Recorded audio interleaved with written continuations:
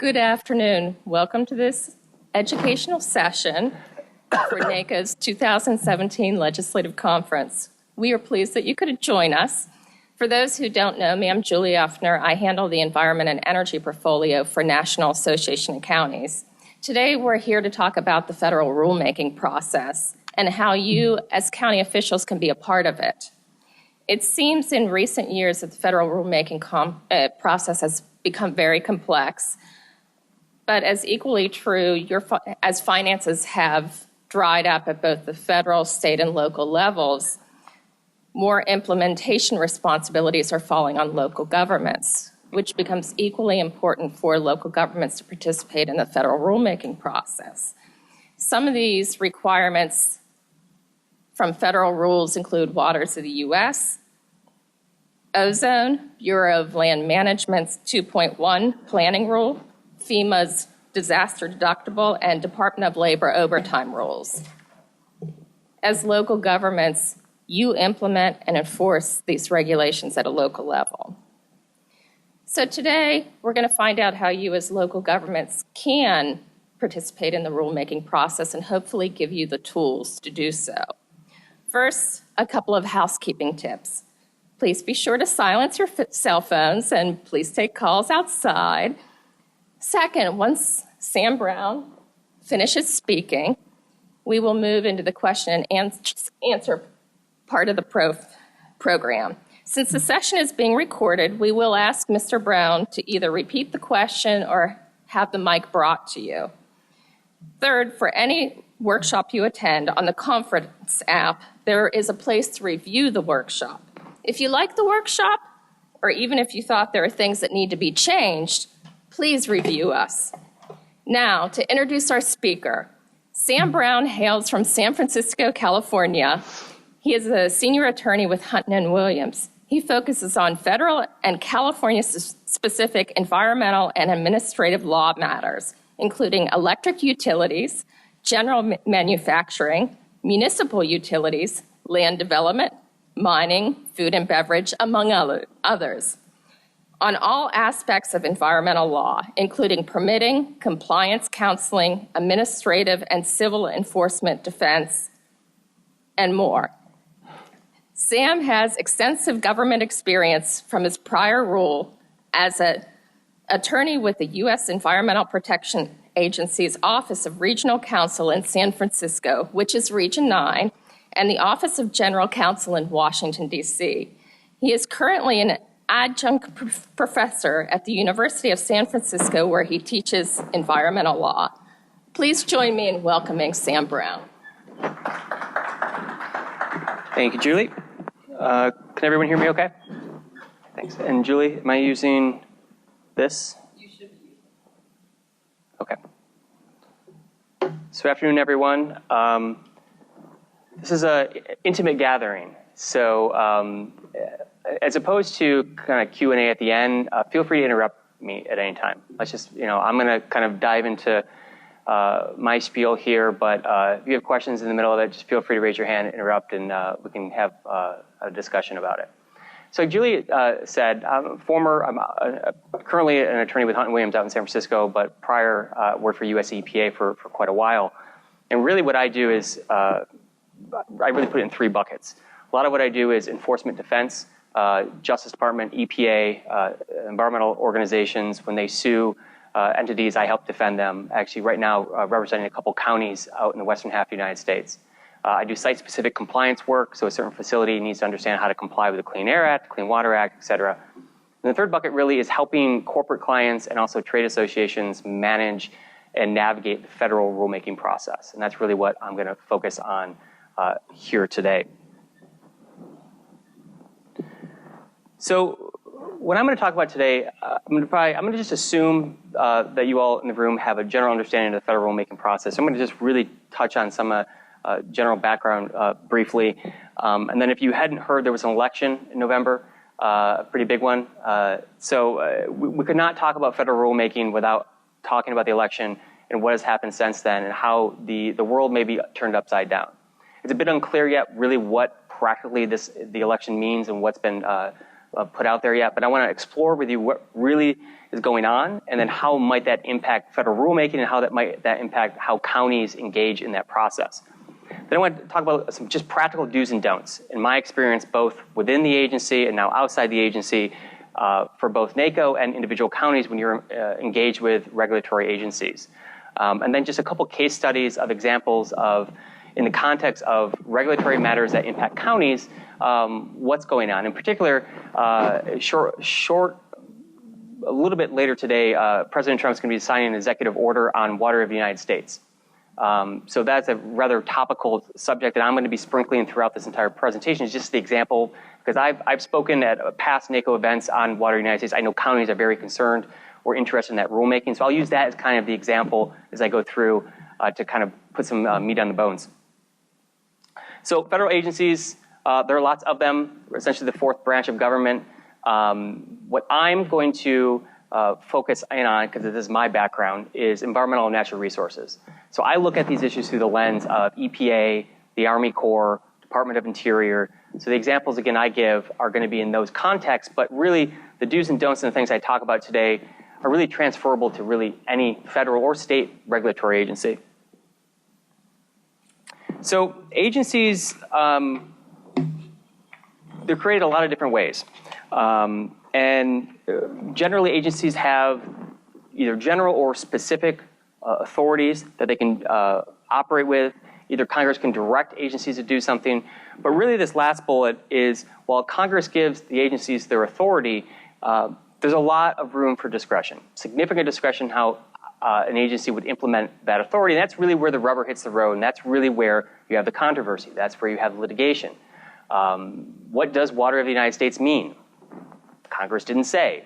So in steps the agency to interpret that through rulemaking to say what it means. People disagree with it on what it means. As you, an example of the ongoing litigation on water in the United States now, and you can raise the Clean Power Plan or the Affordable Care Act or other types of statutes that are passed that regulatory agencies now need to fill in that are just frankly ambiguous, and that's where the rulemaking process comes in. One thing that I always find interesting is people talk about the federal government or federal agencies. And they mean different things. I think you have to understand the different parts in order to understand what works in advocating for yourself through rulemaking. There are the political appointees and their career employees, right? Those are two very different types of people that you would be engaged with. There's the inside the Beltway world. And then there are the regional offices, the Forest Service district offices, there's the Corps district offices out more closer to probably where you live and work. Understanding how that breakdown is set up is really important to understand how to engage in the rulemaking process. What's interesting, and this is another example of how things are maybe a bit different, today President Trump said that he didn't feel it was necessary to fill all of the political appointees' positions that are Senate confirmed for these federal agencies. There are about 1,400 political positions throughout the federal government that need Senate confirmation. And he said today that he felt that there were too many federal workers and that it isn't necessary to fill those positions. That's, I think, a position that's, I don't think a president has really taken before. What's interesting is if he follows through with that, you wouldn't have political appointees running some of these offices. You would have acting career employees. So it's how is that going to work? Because typically the political appointees are there to implement the policy of the president as opposed to career staff. So that's another example of this is typically how the framework is, but what really is going to happen if he doesn't fill those? I think that's something that is likely going to take care of itself, but we'll see. This is my favorite picture when I think of federal agencies, not as scary monsters that you have to fight off, but I will note the county official down there fighting off the scary monster. But really the point of this slide is that you can't view federal agencies as some monolithic entity, right? EPA, Department of Interior, the Army Corps. There are different centers of gravity, different areas of responsibility. And when you're engaging a federal agency, you have to understand which of these heads or more than one are at play. Example for this is if you are getting enforced against, right? One of these heads would be at play versus if you're engaged with rulemaking, a different head might be at play. So you need to understand that as you work through engagement with the agency. And you really want to know which part is at play because they all have kind of different roles and responsibilities. This is just, for some of these slides I'm in here, I'm just going to kind of skip through them because if you want to read through them later, I'm not going to read them verbatim. But I'm just going to use rule, regulation interchangeably, and generally what I'm talking about is the rulemaking process, which is the putting a regulation in place. One of the questions I always get asked, why do agencies do rulemaking? And why an agency is conducting the rulemaking matters in terms of how much you can actually influence it. The first category is a court orders an agency to do something, right? And if you have a federal judge ordering an agency to do something, the agency is going to do it. So if you're going into an agency and you're asking that agency to not do something, if they have a court order, it's going to be a very quick meeting. They're going to have to do it. And so you have to rethink your strategy of you're not asking them not to do anything, but maybe you're asking them around the margins to change substantively what they're doing. Another one is they're required by statute. In particular, if you're looking at the context of environmental laws, they're just loaded with mandatory deadlines. EPA shall do this by this date. A lot of times, the agencies don't meet those deadlines. Somebody sues the agency, and it's like fish in a barrel. A lot of times, the agencies have no defense if they have not met statutory deadlines. And then off what you get is then the first category, court order deadline, to force the agency to do something. Really, it's the third one that is the one that there's a lot of room for maneuvering is the agency decides they want to do something. For whatever reason, whatever political, policy, scientific reason, the agency decides that we are going to use our congressional authority that's been given to us through statute, and we're going to do something. Water of the United States is an example, right? The agency decided that because of adverse Supreme Court decisions, they were going to redefine what a Water of the United States meant for Clean Water Act jurisdiction. And they went along and did it through that. So some of the influencing factors, again, I'm not going to read through this, but why to regulate or not regulate. I think the second bullet there is new data. An example of a company could be looking to import a certain chemical, and there's new data on its impact on human health. An agency could decide to regulate. Or something blows up. This is one where a lot of the environmental statutes came up, right? A river catches on fire, you get the Clean Water Act. You have a contaminated groundwater spill, you get CERCLA. A lot of times it's a reactionary why certain things are done. So I call this the three legs of the stool, rulemaking stool. Here are the major players. You have industry, regulated industry, oil and gas, mining, forestry, what have you. You have environmental NGOs, public interest groups, health groups on the bottom right. And then you have states, counties, and municipal governments. Those are the major players that influence and that are part of federal rulemaking. And I think one thing to remember is where do these different legs of the stool align and where do they not align? Depending on the issue and depending on the rulemaking, you may have a partner or partners in one of these spheres. And for counties in particular, given budgeting issues, maybe lack of resources to support a rulemaking that you maybe would want to if you had unlimited resources, how can you potentially partner and leverage if you align with one of these entities in terms of engagement with the agency? I think in particular for counties is how can you align within your own sphere with your state, right? Now, unlike the federal government where you have a unified executive where there's one United States that speaks with one voice in the United States, a lot of states are split. You could have a Democratic governor and a Republican attorney general. And depending on what the issue is, you want to think about how you might align with your state and strategize with your state to engage with a particular agency on a particular issue if you align with them. So to me, when I think of counties, I think counties are in a unique position because unlike maybe regulated industries or NGOs, where depending on who was in the White House, they may get a cold reception. Counties should be welcome in any administration, and I think they're well positioned to be able to advocate for the issues. And so I think you need to remember that you guys are in a unique position. You certainly should not be shy. I was talking to someone the other day that they, I don't know if the word is, but guilty, or they felt that they couldn't go and just call up an agency and talk to them or request a meeting. They're public servants. you should demand to meet with them. I mean, in a very respectful way, but you should always be able to go in and meet with agencies and talk about issues, whether it's pre-proposal in the middle of a rulemaking process. And I think just in particular, counties are well positioned and be able to punch above their weight, I think, in a rulemaking process. So real quick, I'm not going to spend much time on these slides, but you can feel free to look at them at your leisure. But this is generally macro level rulemaking process, right? Congress passes a statute, gives the authority to a regulatory agency. The regulatory agency is going to begin the rulemaking process. They hear from the public, and they put out a proposal. They take public comment on the proposal. They revise it as necessary or as needed, and then they come out with a final rule. It comes out the end, and then typically, in particular with the EPA, they get sued by everyone and their brother, and they have to defend that in federal court. I'm going to hit on that a little bit more, but that's just generally, if you look at the slides at your leisure, it's kind of this lays it out in a very high level. Down in the bottom, in the yellow boxes, are stereotypically the major times that the public, including counties, can get involved in this process. And I'll touch on this again in a minute.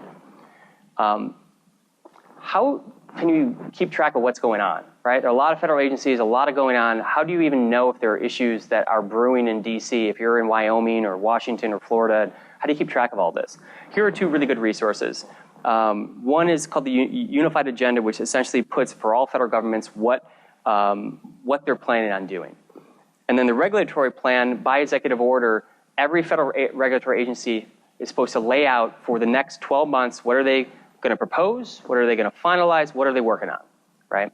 So if you go to these links, you can, I mean, I wouldn't go now because everything's kind of up in the air, but traditionally this is where you go for the information to kind of look in the crystal ball of what's coming down the pipeline. So before any rule is proposed, there's a couple different opportunities to get involved. One is before any proposal is submitted. An agency generally will do informal outreach, talk to stakeholders. You really, really want to get involved at this time once you know something is happening. And I'll come back to this in a minute. There's a more formal way to do it. In the Federal Register, an agency can put out an advance notice of proposed rulemaking, which is a more formal, hey, we're thinking about doing this. What do you think? Do you have any other information? Are there concerns? Just generally, before they even put out a proposal. And then last, the agencies can do a formal information collection request. There are a whole bunch of rules associated with that I'm not going to get into, but essentially a formal kind of list of, the example I'll give is I think it was like 2010, EPA put out an information collection request for a national stormwater rulemaking that went out to municipal entities, I think 2 counties also, saying, how much money do you spend on stormwater management? What staff do you have working on it? Trying to understand the costs associated with the regulatory program that they were going to put in place. So this is some of the groundwork that the agencies would do that it's important to get in at this level because, and I'll talk about this in a minute, but things calcify, right? When an agency starts thinking about a rulemaking, they're thinking this big. And it gradually whittles down to the final rule, and they hit the final rule. The closer it gets down to that stage, the harder it is that you are going to be able, either through public comments or meetings, to be able to move that ship. So the earlier you get in and be able to lay out your position, the much better it will be for it to be an advantageous outcome for you and what the final rule looks like.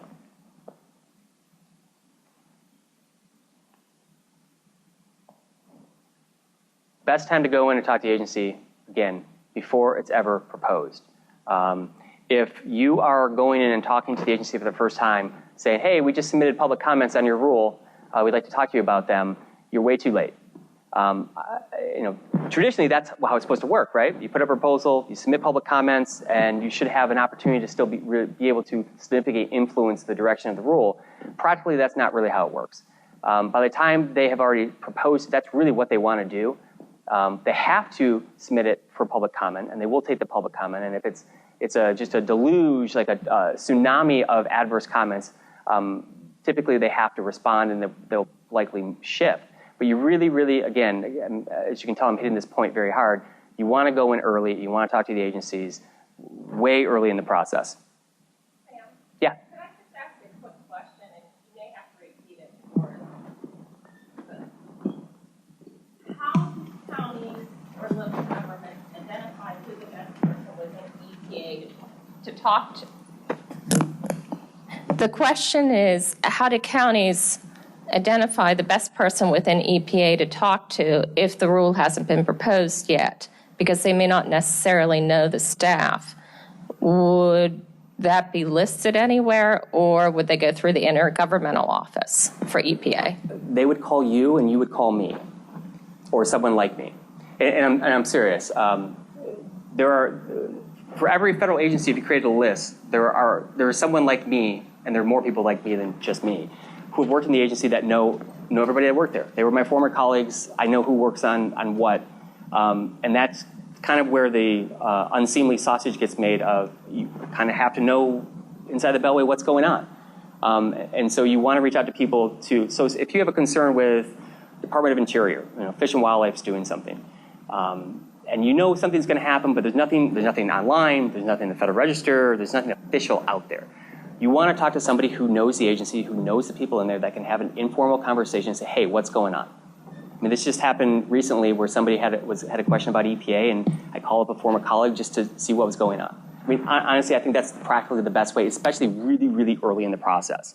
Typically, once things get more solidified, they'll put a primary point of contact in the program office, like an engineer, a hydrogeologist, somebody who is responsible for shepherding the rule through the process, and then it will be publicly available. But early in the process, you just kind of really need to informally reach out to the agency.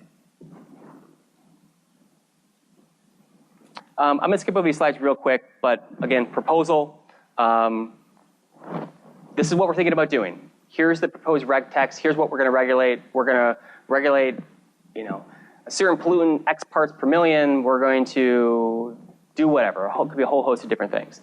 And they will seek comment. They'll ask questions, maybe solicit information, and then there will be a public comment period. This gentleman, Representative Mulvaney, he was just recently confirmed as the director of the Office of Management and Budget. He is the gatekeeper now for federal rulemaking. OMB is the gatekeeper. What I mean by that is before any proposed or final rule is put in the Federal Register, it must go through the Office of Management and Budget. In particular, a sub-office called OIRA, Office of Information and Regulatory Affairs. This is essentially the vehicle for the White House to control the federal agencies. So you can't have the Corps or Department of Interior or Health and Human Services just putting out a rulemaking that does not align with the president's policy priorities. Not only that, the Office of Management and Budget really looks at costs. What are the costs of this rule? And this is, as you can probably imagine, is a really controversial part of the review process because you can look at costs or the costs and benefits of rules very differently, right? If you take certain assumptions into the calculation. But anyways, the bottom line is OMB is an integral part of the rulemaking process, and you should use that. There are OMB staff as part of a rulemaking process that will be in the trenches with each agency staff. So let's say, for example, EPA, before they sent the Water of the US rule, they would be in a room with OMB staff going through the rule, OMB staff asking them questions, asking the agency to justify what they're doing. And so if you have a concern, and in particular, let's say you went to the agency and you just got a hand to the face, right? The agency's like, yep, thank you, counties, but we're not going to do anything. That may be a time to go to OMB, to set up a meeting with OMB staff and say, we've spoke to the agency, here are our concerns. And then when you leave the room, OMB is going to look over across the table and said, well, what do you think? Why are their concerns not justified? Now, the power of OMB kind of ebbs and sways depending on who's in the White House. I fully expect in this current White House that this gentleman will have a lot of power and his OMB staff will have a lot of power to turn the screws on federal regulatory agencies if they are not aligned with the president's priorities. So again, depending if an issue comes up and you're engaged with an agency and they're not receptive, make sure you use OMB and set up a meeting with them as part of the process. There will be a public comment period. I'll come back to that.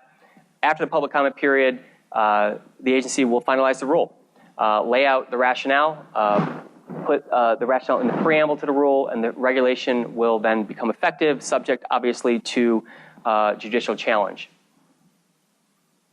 So this is essentially the rule book for rulemaking. It's the essentially, so let's use the Clean Water Act. when an agency, EPA, promulgates a rule, they have to comply with substantive and procedural requirements of the Clean Water Act, but also they have to comply with the Administrative Procedures Act. And this will be relevant when I talk about kind of what's happening right now with the White House and Congress. Procedurally, like, for example, if an agency proposes something, they can't then, after public comment period, just do a 180 and do something completely different. That wouldn't follow logical outgrowth, and they couldn't do that because it wouldn't allow the public an opportunity to actually comment on what's going to be the final rule. Other examples, there's substantive requirements. If the agency says, I'm going to do X, and if you look at the administrative record, which is all the technical and other support for the rulemaking, and if the administrative record doesn't support X, that would be a violation of APA. You have to actually have a rational basis and an explanation for why you're doing certain actions. There's a whole bunch of, there's tons of case law on the Administrative Procedure Act and federal rulemaking that kind of establishes the framework in which federal agencies need to comply. It's also really important to understand that. And so primarily the role of the agency attorney, and this is where when you're dealing with the agency, and if you go into a meeting, typically you would be with the program staff, again, biologists, hydrologists, typically there would be an attorney there for the agency. And that was me when I was at EPA headquarters. And my job was to make sure that the agency followed this framework. Because if not, and the agency got sued, we would lose in federal court and we'd have to do it all over again. So that was really the process. So if you all identify, for example, certain procedural things that the agency is not doing, you want to highlight that as part of your engagement with the agency. So trends. This is basically from the New Deal to the present. The giant spike is essentially the modern environmental law era. A lot of the Code of Federal Regulations is federal environmental law. Now, this trend, we'll see where it goes. This was about 9 months ago. If you go to OMB's website, it lists all of the rulemakings and the respective agencies, essentially what's on OMB's plate before it goes to be proposed or finalized. If you would go there today, you would see, I think there's one rule, because everything's kind of in hiatus until things get up to speed. But if you check in 6 months, 9 months, you can generally see what's on the plate and what's trending. Now, I think there will be rulemaking still going on in the future, but it might look different than this smattering. Like here, you have a lot of Health and Human Services, which is really Affordable Care Act. You have EPA. So the dynamic and the number of rules could shift moving forward. So we live in a new world. What that world is going to look like in the context of federal rulemaking is certainly unclear. But what I want to do now is take a look at what has happened to date and what that might mean for federal rulemaking moving forward. Before I get to the do's and don'ts, because I think it's important to understand the context in which we are currently living in. So here is what President Trump has said. I'm not going to read all of these, but you get the gist. He does not like rulemaking. One of the statements he made is, we think we can cut regulations by 75%, maybe more, but 75%. What does that mean, right? So the gist of it is a reduction in rulemaking in general, but then also a rollback of existing regulations. So that's what he said. What he's done, I think there's two major ones. One is an executive order in January that essentially it's a 2-for-1. He said this on the campaign trail, and this executive order embodies that, where he said for every one major rulemaking that an agency does, they need to repeal 2. It's still a little bit unclear. OMB has put out some guidelines on this, but it's still a little bit unclear. What does that mean? What? Is it equivalent based on costs? Is it equivalent based on pages of the Code of Federal Regulations? It's still unclear what that means, but the gist of it is this will be naturally a chilling effect on an agency, in particular, if you remember the third category of discretionary rulemaking, that an agency, if they decide to do something, they have to understand that they're going to have to run through this framework, and what would they potentially get rid of in response to doing a rulemaking, which means they probably they have to decide, do they really want to do that? Unsurprisingly, that executive order is already being challenged in the courts. Public interest and environmental groups have already challenged that in the District of DC on constitutional and statutory grounds. So we'll see where that goes. I think you'll see some more implementation guidance on that.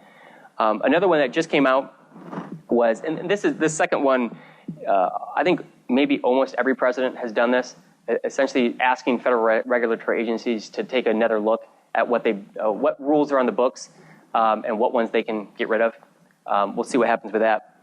And then there are rule-specific, statutory-specific, and issue-specific executive orders. The Water of the United States one that will be coming out later today is an example of executive orders that are particularly targeting rulemakings and say, look, we're going to take another look at this. And I'll talk about the Water U.S. again in a minute. So what else has, we talk about what he said, what he's done, and then this is kind of hitting on what he intends. There is currently a federal worker hiring freeze and a general intent to reduce the size of the federal workforce. At least as of last night, or maybe 2 days ago, the general budget plan coming out of the White House was a $54 billion increase in defense spending and a corresponding $54 billion discretionary non-defense reduction. So basically, take away Social Security, Medicare, and Medicaid and defense, whatever's left in the federal pie, there's going to be a $54 billion reduction. Now that still has to be negotiated with Congress and go through, but that's at least the initial foray coming out of the White House. So the question of what does that mean? What does that mean in the agencies? What does that mean for federal rulemaking? Let's use EPA as an example. EPA currently has about an $8 billion budget. Every $2 of $5 that goes to EPA actually doesn't really go to EPA. It goes to the states through whether it's a SRF program or money to help water infrastructure. So essentially funnels through EPA and is granted out to the states for infrastructure. So you're left with like $3. Out of that, which is the core regulatory implementation program, Clean Air Act, Clean Water Act, et cetera, the proposal is a 25% reduction to about $6 billion, which takes it to about 1990 levels, I think, in budget. And then also the proposal is about a 20% reduction in EPA workforce, which is about 3,000 workers out of the current existing 15,000. So that is at least initially, as of last night, what for EPA in particular is, if you take that $54 billion, what would be the share coming out of there? And that would be spread across. So, before I get to there, what's going on in Congress? Congress has passed, the House, has passed two laws that are really highly relevant to rulemaking. The first is the Regulatory Accountability Act, which essentially amends the Administrative Procedures Act to get rid of Chevron deference. So Chevron deference essentially is a Supreme Court jurisprudence that says when a statute is ambiguous and a federal regulatory agency steps in and says, we're going to interpret it to mean this through rulemaking. What the courts will say with the framework, the Chevron framework is, well, has Congress directly spoken on this issue? Is Congress's intent unambiguous? If no, then the courts will defer to the agency's interpretation of the statute. So essentially deference to an agency's interpretation. Congress would get rid of that. That's really highly relevant. I mean, that would be kind of a game changer for rulemaking. Let me give you an example. The Water of the United States.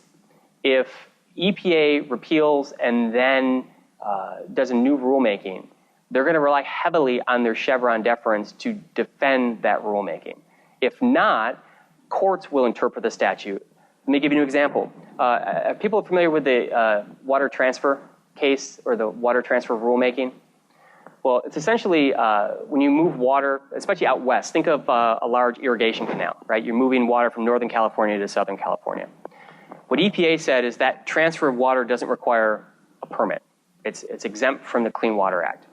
That was challenged by environmental groups.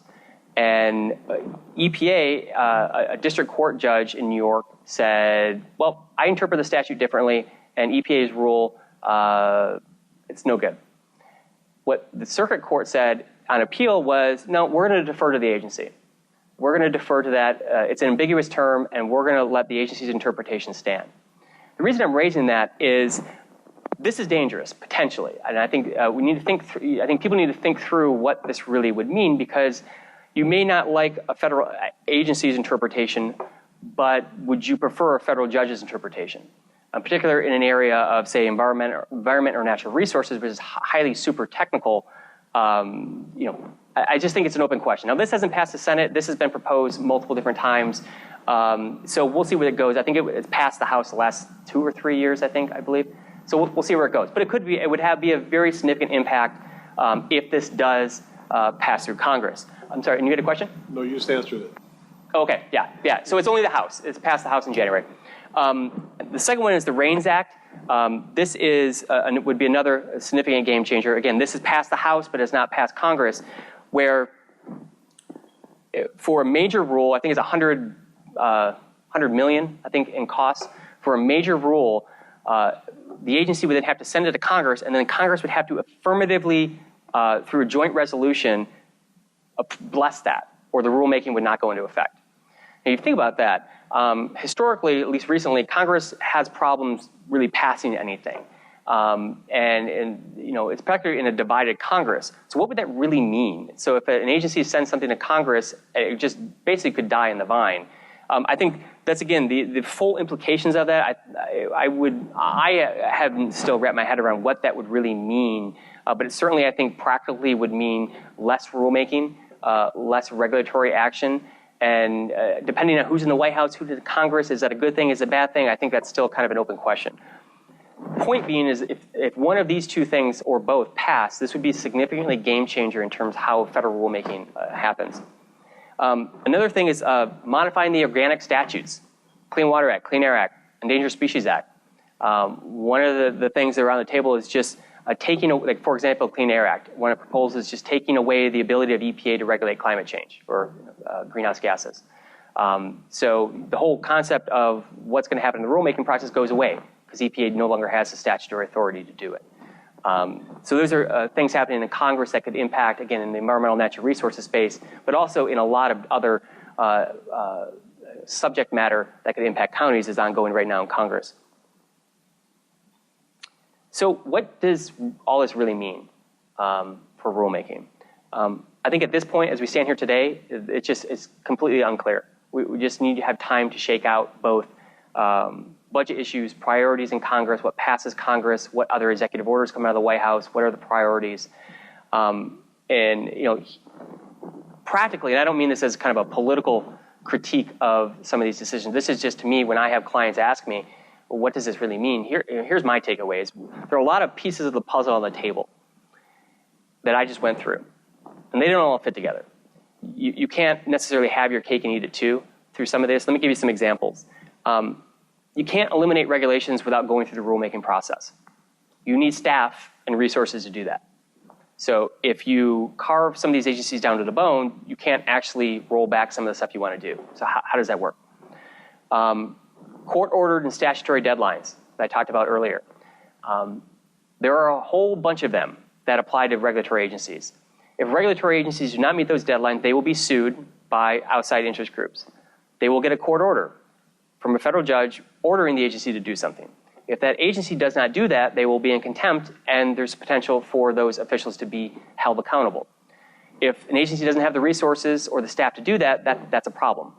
I mean, one solution would be, again, to modify the organic statutes to get rid of those deadlines. That's a pretty heavy lift in Congress to revise major federal statutes. So again, how is that going to practically work? Another one, and this is a question I get from clients all the time, is, rolling back regulation might be good, but we also need certain things. So unless you change the statutes, for example, I need my permit from the federal regulatory agency to operate. I am going to import a certain product. I need authorization from that federal regulatory agency. If there isn't the staff and the resources to do that, that's going to impact my business or my operations. So there's a lot of how do these pieces fit together and what does this practically mean? I think second and third level analysis and thinking of what these impacts could be, I think has not really happened to date, and so we'll see. Like to my point, it needs to shake out. Bottom line, there's likely going to be less or different types of rulemaking. That being said, it's certainly, I think, counties need to be very much diligent about what's going on and be involved in the process. And when I get to the Water of the United States, rulemaking, for example, is an example of it will be from a different maybe policy perspective, but it's still going to impact counties, and you need to be involved. So going through some good practices.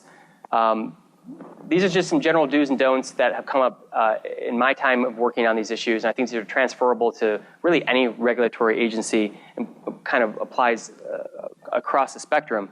But this note down here I think is important, is to recognize the different mission and cultures of the agencies when you're thinking about approaching them. And this, again, gets back to Julie's point of really trying to understand the agency that you're in front of and dealing with. When and how often to engage the agency. All the time, as much as you can, you want to be their best friend. You want to be lockstep with them as much as possible. You want to be on first name basis. Now again, you all are county officials, work for counties, you're busy people. You don't do this on a day-to-day basis. That's where leverage your time, leverage people like Julie, leverage your trade associations or your states to try to maximize the input you can have. A comment letter is not enough. You can draft the best comment letter in the world, especially on a controversial rulemaking. It's going to be submitted online, and it will be read by probably some contractor that's going through the comment response. You need FaceTime. You need to shake their hands. You need to be across the table. You need to talk to them. They need to remember you. They need to remember your issues. You need to be front in their brain when they're thinking about what revisions or what issues they need to address. In particular, given that you guys are public officials, I think you can punch, like I said before, you can punch above your weight. And as I mentioned before, these things snowball. You need to get in early as humanly possible, early and often. And also, the last point is do not feel shy about going in and you meet with them in January and something else comes up where you just want to meet with them again in March, or do not feel shy about going in and talking with them.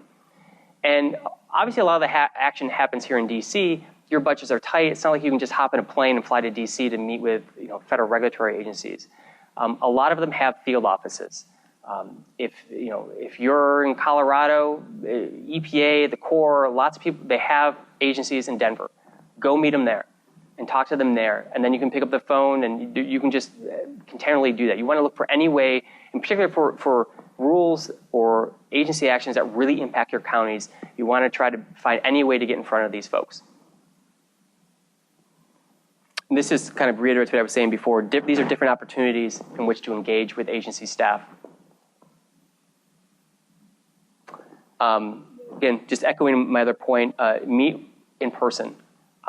They're not, people think about federal bureaucracy, federal agencies, they're just made of people. Now, sometimes you get a luck of the draw. I know, like I said before, I do a lot of enforcement defense. There are certain enforcement attorneys at Justice Department, EPA, that I'm not looking forward to getting across the table from me. It's a luck of the draw, and you have to roll with it. You're going to run into people who work at some of the agencies that are really receptive. They're great public servants. I mean, when I worked at the EPA, I always viewed it that I was a public servant. And even though I was an attorney, if I was even if in an adversarial posture, as a public servant, I owed more of a general level of candor and really a customer service to the people, even the regulatory industry. I mean, that was my job. And you will run into a lot of people like that, and really good people. In particular with counties, I think you guys can position to talk to them. And the majority of the time, I think you will find people that are receptive. If you don't, you need to come up with different ways, either going to other people. Now, there's a lot of strategy in this, but whether you have to go above them, a lot of things to consider. But generally, I think most people are receptive to engaging with the public on this. Embrace the thankless job of being helpful. And I'll get to the slide in a minute.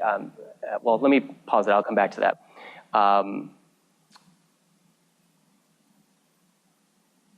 So when you're thinking about you're drafting your public comment letter, one of the things that I really think is not effective is just to criticize what they've done.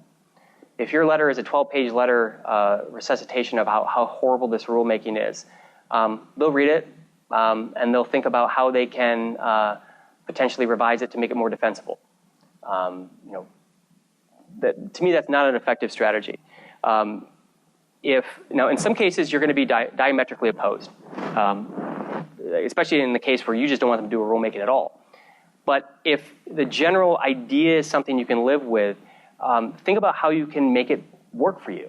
And you want to make their life easy. So, for example, if they draft up some regulation, some reg text, redline it. Say, this is not going to work for us. We have problems because of X, Y, and Z. But we took a stab at rewriting it, and this would work for us. Something like that. Make their life easy. Be helpful. Provide constructive criticism. criticism. When you do criticize them, you want to back it up. Again, if you write a comment letter and you simply say, we don't like what you're doing, why, right? If you're going to say that this is going to really impact the county budget, how? Numbers. Why is it going to impact the county's budget? What will this do to the county's operations, staffing level, budget, tax increases, what have you? You want to come up with, qualitative arguments are great. If you can come up with quantitative arguments also, it's even better.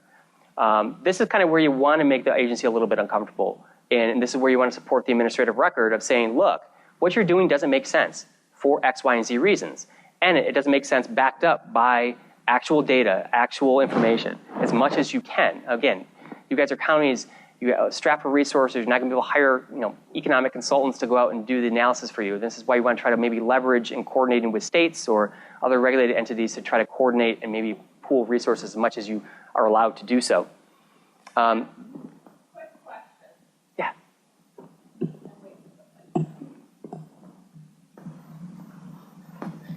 Julie Afner, National Association of Counties. Now, this is for rules that you disagree with, but what if a county supports the rule? This should still be the same. Right. We agree with your concept because this is how it will impact our county. Yeah. So it could be reversed. Yeah, correct. Absolutely. I think that the more you can make it real, right?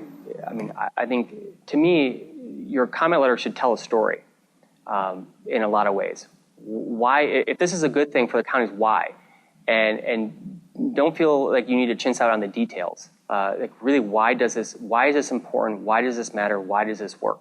And it's as specific as you can possibly be in detail, I think is better than generic kind of throwaway language, I think is really important. Yeah.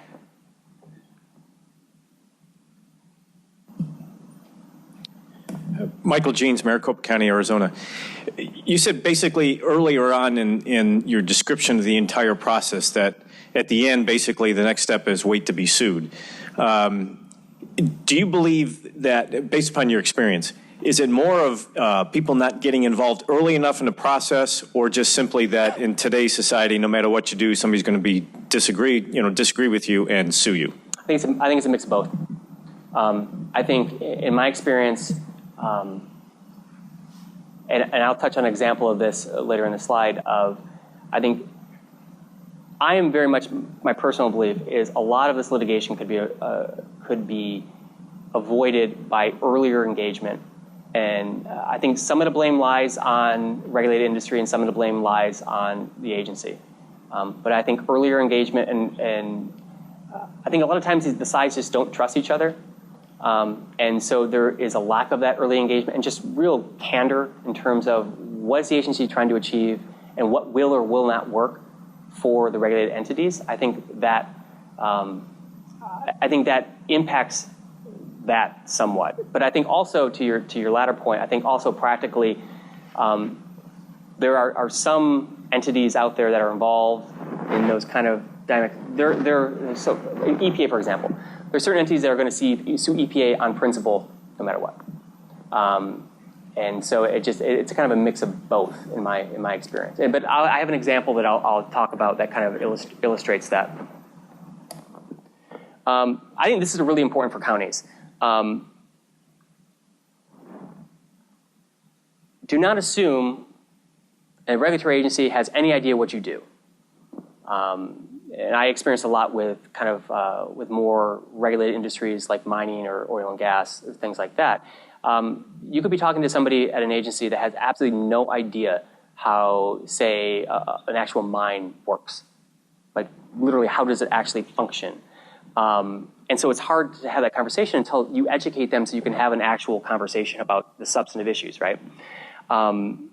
And I already talked about you run into a mixed bag of employees that are willing to entertain that.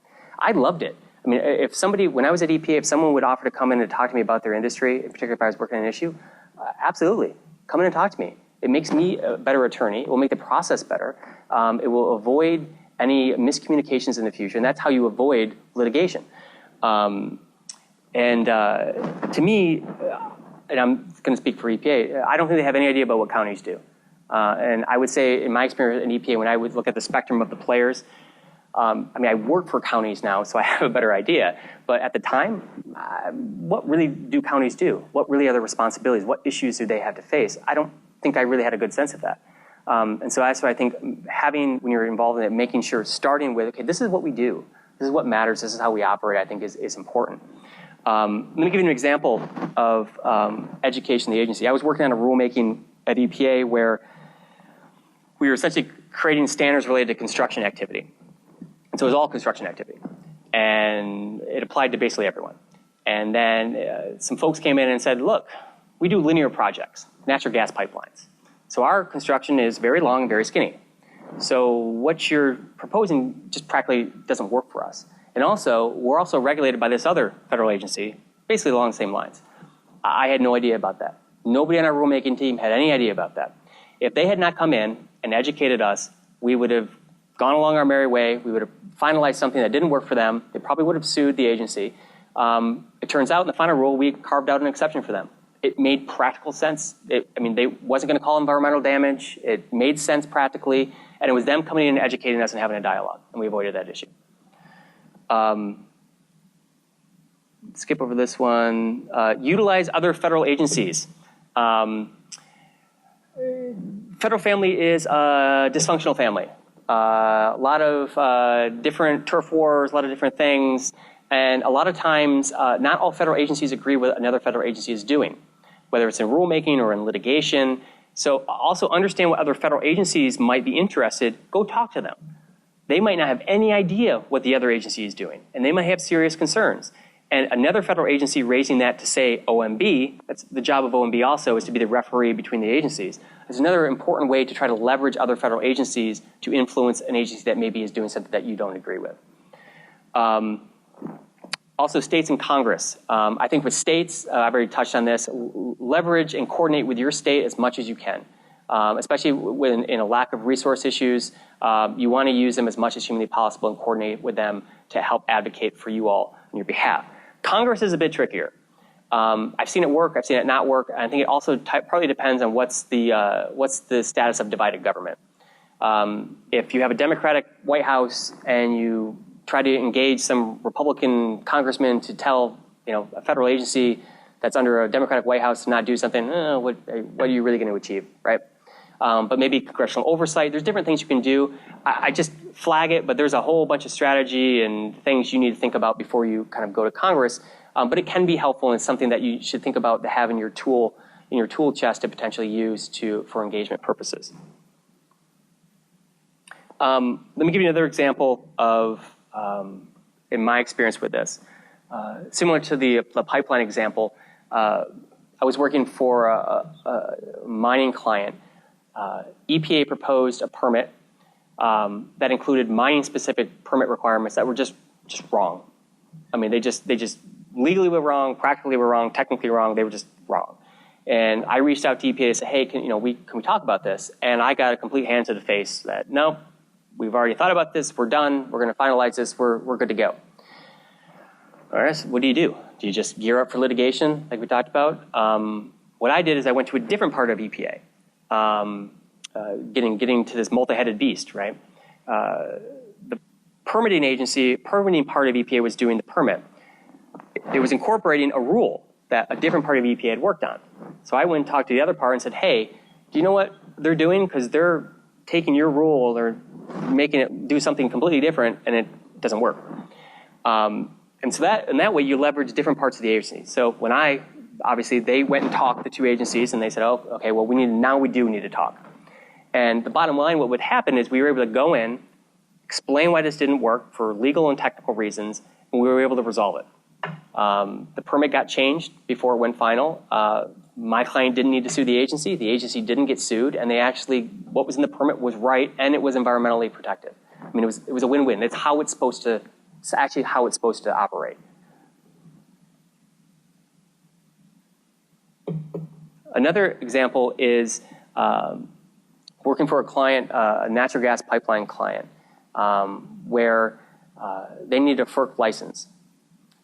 And when FERC, the Federal Energy Regulatory Commission, they need to go through a NEPA process, National Environmental Policy Act, where you have to come up with an environmental impact statement. And so EPA, in its role, reviews all federal agency environmental review documents and comments on them. This particular project got a comment letter from an EPA region just basically torpedoing the project. The front page of the local paper was, EPA kills pipeline project. And so my client and a whole bunch of other entities involved were like, whoa, we're going to go to DC both barrels. We're going to go up to the highest levels of government. We're going to sue everyone and their brother. And I was like, well, time out. Let's all take a breath. Let's figure out what happened here. Let's figure out what happened here. As it turns out, the person who wrote that letter had no authority to write that letter. The people who were supposed to review that letter before it went out never reviewed that letter.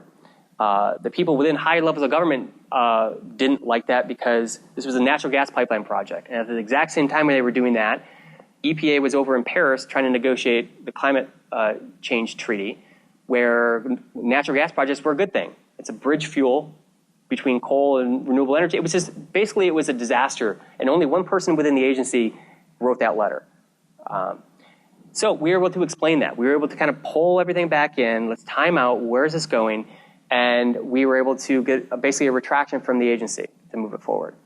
So it again gets back to, luck of the draw. You don't know who you're going to get at a regulatory agency, but don't necessarily freak out. There are other ways to approach it, other parts of the agency to approach. So you just need to think through it strategically. So two quick case studies, and then getting somewhat close to time here. So MS4 permits. Are any of you all MS4s or operate MS4s or deal with stormwater? Okay. So you're all familiar with this. This is the LA River, a river and an MS4, both, and a water of the United States. So EPA in December of this year finalized a rule on small MS4s and what their permits are supposed to look like. It's really a procedural rule, but there was a lot involved here, and the environmental groups push hard for substantive requirements. And really why I'm flagging this is, you might read in the paper, EPA doing a rule on MS4s. What does it really matter? Is this really going to impact me, substantively? Give you an example is the United States just last year sued Salt Lake County for violating their MS4 permit. And what goes in those MS4 permits, even though that's a Utah-issued permit, is what comes from the federal regulations, right? It flows down into the state programs. And so what happened here is the United States went after Salt Lake County and forced them to do certain things, develop a plan, increase staff, things that cost money, right? Things that impact how you operate your municipal program, how you operate your county functions. A penalty, $300,000. I mean, it's not a huge penalty in the spectrum of penalties, but still, it's real money. And you have to go through the process of being sued by the United States government. That's why it's really important to understand, kind of trying to see around the corners, what is coming down the pike and how could this impact my operations in the future. Another example, I don't know what type of county you guys operate in, but if you're in a suburban/exurban county, what is an MS4 changes every 10 years based on the census. So you may be a county in the exurbs that currently you aren't regulated by the Clean Water Act, or your systems are not, your storm sewer systems. You might be after 2020. So understanding that things that happen now, even though you're not regulated, may actually impact you in the future. So it's something to be aware of. So what are the United States? I will end on this case study. I've mentioned this about 30 times so far in this presentation, but it essentially establishes the scope of the jurisdiction of the Clean Water Act. And when I presented at NACo before on this was a quote from former Administrator Gina McCarthy under the Obama administration, where she said, we have received over 1 million comments on this rule, and 87% of those comments we have received are in favor of the rule. What's important about that is, I think, is this shows you how the rulemaking, the opposite of rulemaking, can be influenced. Of that 1 million, the vast majority were mail-in card comments or people online, yes, I want clean water on social media. So a comment letter from some guy and I'm serious about this, some guy in Iran or some other foreign countries counted the same as, say, a letter from the Attorney General of Wyoming, right? That's, in the percentage, that's what we're talking about here. And so that's to kind of influence the optics. And so one of the questions I've been asked, and I've talked about this at NACo before, is in light of kind of how EPA or federal agencies can maybe influence the optics of this, and how environmental groups often, or public interest groups often, will do mass comment campaigns. And it's not limited to environmental groups. Other interest groups do this also. What should NACo do in the future in terms of not just NACo, but counties in terms of organizing, commenting on rulemaking? To me, I don't, and it's my personal opinion, I don't think rulemaking is democracy. Not the most comments for or against doesn't win. To me, there's no substitute for getting your hands dirty and going in and doing all the things that I've been talking about of, meeting them, substantive comments, going in repeatedly and talking to them. That's how in my personal opinion, how you will influence what the ultimate rule looks like. This to me is, it's headlines, it's front page news, but it doesn't actually move the ship as far as I'm concerned. So last slide, because water in the United States I know has been talked a lot about at NACo, and it impacts pretty much all of your operations. Where's this going now that we have a new president? Now, there's still the litigation on this. So as a reminder, this rule was challenged by something like 36 states, almost every single industrial trade association, the major environmental organizations, basically everyone challenged this rule across the country at federal district courts, circuit courts, all over the place. Bottom line is it was consolidated in the Sixth Circuit based in Cincinnati, and it's basically been briefed partially. The Supreme Court actually just took cert on whether it was actually heard in the correct court or not. That won't be heard until the fall. Now, all that might be moot now. All litigation might be completely moot because as of now, maybe an hour, we'll see when it's coming out, President Trump is going to sign an executive order saying that the agency needs to relook at the rule. And they need to relook at it basically through a different lens of how they're going to frame up the jurisdiction of the Clean Water Act. And what does that mean practically? What that means is you have this new rule. It's on the books. It's stayed because of the litigation, but it's still on the books. So in order to get rid of it, EPA is going to have to go through rulemaking, the whole process that I just outlined, just to get rid of it. And then if they want to do a new rulemaking, they have to go through another separate, different rulemaking process again. And then all the litigation and everything associated with it again. So it's going to be a very, very long and arduous process for not only EPA and the Corps, but also all stakeholders who are involved in this. There are new political appointees, but it's the same staff and management who are working on this rulemaking, maybe, potentially. So, how does that dynamic work? And then also, what I talked about before with the things, whether both the executive orders or the budget cuts, how does that work? How can you practically do these two rulemakings at an expedited pace in 4 years if you want to get it done in this administration? Is that realistic? Can that actually happen? So there's still some unknowns about practically how this would actually work. And then obviously the agency has to do it and try to make it defensible. So using this as an example, what should the counties and NACo do next? You should be in there now. And I mean now, not like today, but very, very shortly. Right? Both counties need to be thinking about what do we want this rule to look like? What really matters to us? What do we not like about the other rule? What could we potentially live with? What do we want? And I would do it before there's any proposal, going in and talking to EPA, talking to the people that are in charge, trying to make the concerns known as soon as possible. Because that is where you'll have the most bang for your buck. Right now, it is like just a ball, just like a piece of Play-Doh, right? Nobody really knows what it's going to look like. You want to have a hand in shaping that and making it look how you want it to look and how it could work for your counties. With that, I'm done. We have time for a few questions. But I mean, that's really just in a nutshell. I think there's going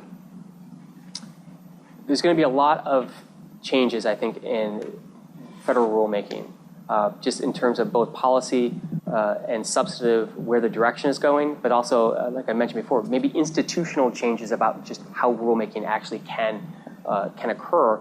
And so for the nerd, the inner nerd in me, who lives and breathes this stuff day to day, it's certainly an interesting time. And like I mentioned before, as we stand here today, it isn't entirely clear how it's going to shake out, but we shall see.